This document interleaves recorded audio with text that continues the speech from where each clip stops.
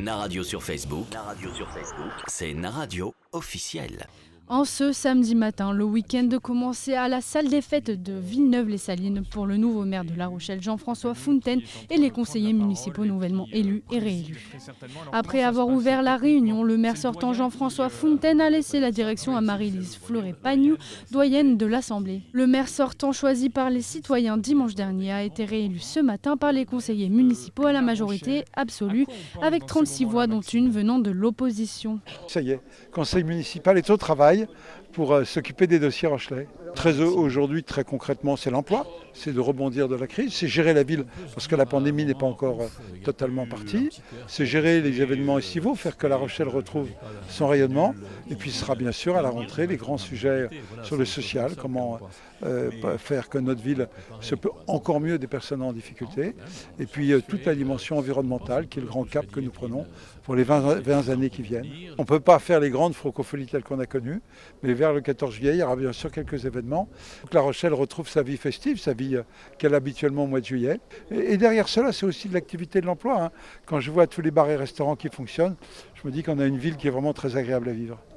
Jean-François Fontaine, au micro de Naradio. La liste de la majorité a elle aussi été élue. Catherine Léonidas, toujours en charge du secteur sportif qu'elle gère avec passion, a également été désignée pour occuper le poste de première adjointe au maire. Elle se confie au micro de Naradio. J'ai cet honneur, monsieur le maire m'a demandé d'être première adjointe. Alors c'est une tâche très importante, mais c'est un challenge intéressant, je trouve. Et puis je garde aussi les sports. Pour moi c'était important de continuer les sports parce qu'il y a des chantiers en cours et beaucoup de choses à continuer. Et puis le contact avec, là on est vraiment pour le coup sur les terrains. On est en relation avec la population et ça c'est très important pour bien connaître sa ville, pour bien connaître les Rochelais. Rien de mieux que d'aller les fréquenter dans les gymnases, sur les terrains, etc., etc. Là, on va inaugurer notre très très beau skatepark de Portneuf, qui a un immense succès. Il nous reste quelques finitions à apporter. Et puis nous avons d'autres projets, notamment en termes d'équipement. Parce que nous manquons d'équipements, nous avons de plus en plus de pratiquants, nous avons de plus en plus de demandes sur tous les quartiers de la ville, donc des équipements sportifs, équipements en accès libre, et puis aussi rénovation de gymnase.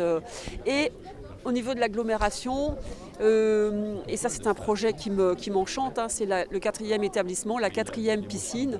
Dès la rentrée, nous allons démarrer ce projet pour que notre agglomération soit dotée d'un équipement complet, puisque là on sait que nous manquons de surface d'eau pour nos Rochelais qui sont très amateurs de pratiques aquatiques. Catherine Léonidas au micro de Naradio.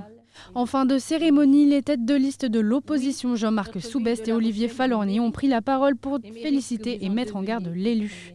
Jean-Marc Soubest, lors de sa prise de parole, a notamment rappelé le nombre d'urgences, parmi lesquelles l'urgence économique, sociale, écologique et démocratique. Le parti d'ensemble Osons l'écologie a cependant affirmé sa volonté de collaborer avec la majorité sur plusieurs projets, mais aussi sur sa volonté de se battre pour les idées qu'il porte. Éric Pasquier, conseiller municipal de l'opposition, au micro de Naradio. Notre opposition, ça va être une opposition constructive et vigilante.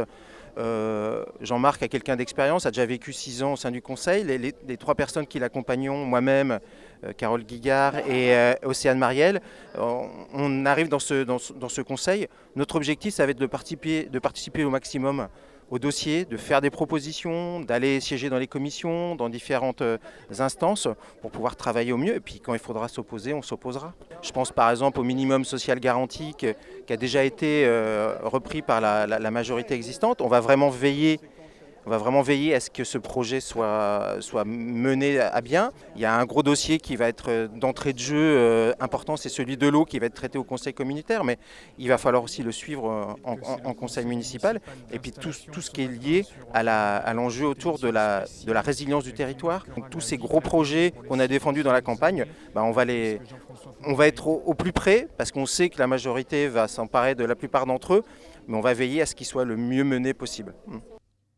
Éric Pasquier au micro de Naradio. Lors de sa prise de parole, Olivier Falorni n'a pas annoncé de démission, mais a mis en garde Monsieur le maire quant à sa légitimité suite au taux exceptionnellement haut d'abstention lors des élections. Il a expliqué son choix de ne pas faire de recours par l'envie d'une vie municipale qui reprend son cours malgré de nombreuses raisons de le faire selon lui. Il a également affirmé être prêt à s'opposer fortement pour, je cite, contrôler la démocratie. Tout de suite, un extrait de son intervention.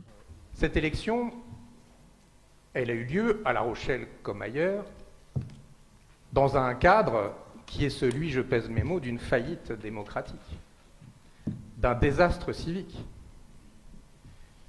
qui a frappé notre ville comme tant d'autres. Et je veux le dire ici dans cette enceinte, confinés, que nous ne devons pas être confinés et entendre ce qu'on dit en ne votant pas tous ces électeurs. Vous êtes maire, mais vous serez sous liberté surveillée. C'est le principe même de la démocratie.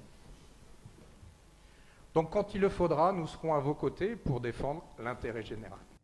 Olivier Falorni, qui n'a pas souhaité s'exprimer au micro de Naradio en précisant l'air agacé, avoir déjà tout dit lors de son intervention. Ce conseil municipal d'installation annonce en somme un mandat de 6 années pimentées entre collaboration et opposition après des élections riches en rebondissements. Naradio sur Facebook, c'est Naradio officiel.